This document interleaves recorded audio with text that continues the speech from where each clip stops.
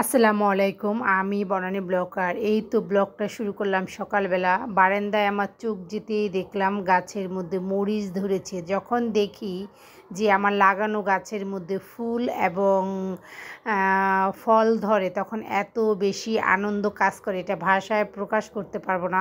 তো আমি আমার হাজব্যান্ডকে ডেকে দেখাচ্ছিলাম যে দেখো গাছে কাঁচা মরিচ ধরেছে, আর আমি একটু পানি দিয়ে দিলাম। যেহেতু আমি আরেকটা ড্রামের মধ্যে পেয়ারা গাছ লাগিয়েছি, পেয়ারা থেকে আর কি চারা উঠিয়ে সেই চারাগুলো লাগিয়ে দিয়েছি। এটা 12 মাস পেয়ারা ধরে। আর এই কাঁচামরিচগুলো এত ফ্রেশ ছিল, এত ভালো লাগছিল দেখে, মানে কি বলবো। নিজের হাতে লাগানো গাছের মধ্যে যখন এরকম ফলন দেখি বেশ ভালো লাগে। আর এই গাছগুলো রজনীর বাবা আমার জন্য এনেছিল। তো আজকে আমি গাছগুলো লাগিয়ে নিব, যেহেতু সার মাটি জৈব সার আমি নিজেই ঘরে তৈরি করি আর কি। এখন আর কি আমি 2টা মরিচ গাছ আর একটা গোলাপ ফুল গাছ লাগিয়ে নিব। 3টা টব আমি কম্বো তৈরি করেছি আর কি, কম্বো সার যেটা, এটা তৈরি করেছি।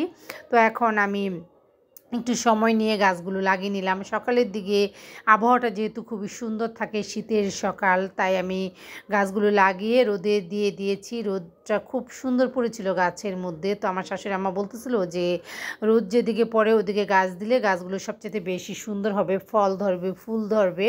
তো গোলাপ গাছটাও লাগিয়ে নিয়েছি। এটা হলো হাজারি গোলাপ। তো বেশ ভালো লাগছিল যখন গাছে দেখলাম যে ফুল ফুটে আছে। আর এদিকে আমার দুপুরে রান্নাবাড়া শুরু হয়ে গিয়েছে অন্যান্য দিনের মতো। এটা তো করতেই হবে, যত কাজে আমি করি না কেন।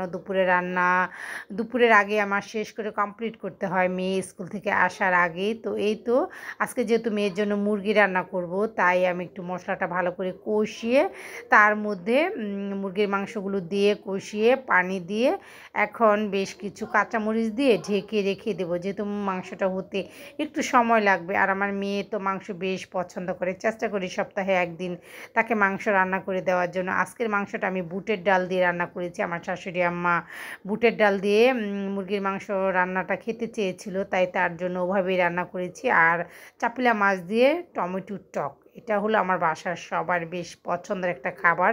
টমেটোর মধ্যে যদি চাপিলা মাছ দেওয়া হয় তাহলে একটা সুন্দর একটা স্মেল বের হয়। তারপরে আমি রসুনটা দিয়ে টমেটো বাগা দিয়ে তার মধ্যে বেশ কিছু ধনেপাতা দিয়ে দিয়েছি। এখন এটা আমি নামিয়ে ফেলবো।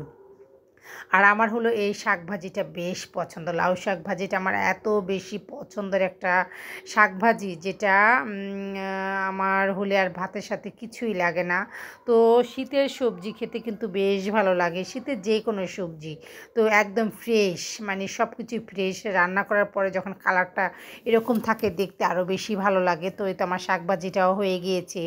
তো এদিকে রজনীর বাবা সকালে হাঁটতে গিয়ে পেঁয়াজ নিয়ে এসেছে। তো বাসায় এসে বলতেছিল এগুলো নতুন পেঁয়াজ।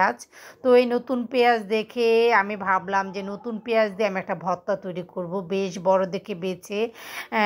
পেঁয়াজগুলো যেহেতু এনেছে, তো আমি এখান থেকে বড় সাইজের একটা পেঁয়াজ নিয়েছি, একটা ফ্রেশ টমেটো নিয়েছি, একদম শীতের যে সবজিগুলো থাকে, আর ধনে পাতা ছিল। এটা দিয়ে আমি লোভনীয় একটা ভর্তা তৈরি করব, যেটা সাদা ভাতের সাথে ঝাল ঝাল করে খেতে এত ভালো লাগে। এখন আমি বেশ কিছু শুকনো মরিচ টেলে নিচ্ছি, যেহেতু আমাদের দুপুরে খাওয়া দাওয়ার সময় হয়ে গিয়েছে। আর আমি সব কিছু একসাথে একদম মিক্সড করে ভর্তা তৈরি করে নিচ্ছি। এটা যখন আমি বানাচ্ছিলাম যে কতক্ষণে আমি ভাত খাবো, আর আমার শাশুড়ি আমারও বেশ পছন্দ। এত বেশি ঝাল দিয়েছি একদম কলিজাটা মনে হচ্ছে যে জ্বলে গিয়েছিল, কিন্তু তারপরেও তৃপ্তি লাগতেছিল, শান্তি লাগতেছিল। আমার এরকম মানে ভর্তা হলে আর কোনো কিছু লাগে না। নতুন পেঁয়াজ, নতুন টমেটো এবং ধনেপাতার সাথে শীতের যেই সবজির সাথে ভর্তা, এটা অসাধারণ খেতে। এটা আমি সবসময় তৈরি করে খাই। তো আজকেও তৈরি করে নিচ্ছি। আমার শাশুড়ি, আমি যখন এটা বানিয়ে খাচ্ছিলাম, আমার শাশুড়ি আম্মা বলতেছিল যে আমার ছোটো ভাইকে খবর দেওয়ার জন্য, ও এই টাইপের ভর্তাটা এত বেশি পছন্দ করে। তো এদিকে দুপুরের পরে বিকেলের দিকে খাওয়া দাওয়ার পরে বিকেলে আমি বের হয়েছিলাম। এগুলো হলো সব ড্রাই ফ্রুট। এখানে সব রকমের ড্রাই ফ্রুট খেজুর বিক্রি করে এবং অনেক আইটেমের খেজুর কাজু বাদাম বাদাম হতে শুরু করে অনেক আইটেম ছিল। এটা হলো ডিগবাবু বাজারের ঢুকতেই হাতের বাঁ পাশে এই দোকানটা। তো এখানে আমি ড্রাই ফ্রুট এবং আজুবা খেজুর জিজ্ঞেস করলাম, তারপরে ওখান থেকে চলে আসলাম বাসায় নেওয়ার জন্য কিছু ভাজা পুরি একদম ফ্রেশ ভ্যানের মধ্যে। আমার বাসার নিচে থানার পুকুর পাড় যে মসজিদ, থানার গেটের সাথে এখানে এগুলো বিক্রি করে আর কি। একদম গরম গরম একদম গরম ছিল। আমি এখান থেকে ফ্রেশ কিছু গরম গরম আলুর চপ বেগুনি এবং ডালের বড়া এগুলো নিয়ে নিলাম বাসার জন্য। তো বাসায় তো সন্ধ্যার পরে সবাই এগুলো খেতে বেশ পছন্দ করে। আর ভদ্রলোকের ব্যবহার এত বেশি ভালো ছিল, অমায়িক। তো বললো যে আপু আবার আসবেন। তো আমি বললাম যে আমি এখানেই থাকি। জিজ্ঞেস করলাম আপু আপনি কোথায় থাকেন? এখানে। আল্লাহ হাফেজ, ভালো থাকবেন, দোয়া রইল।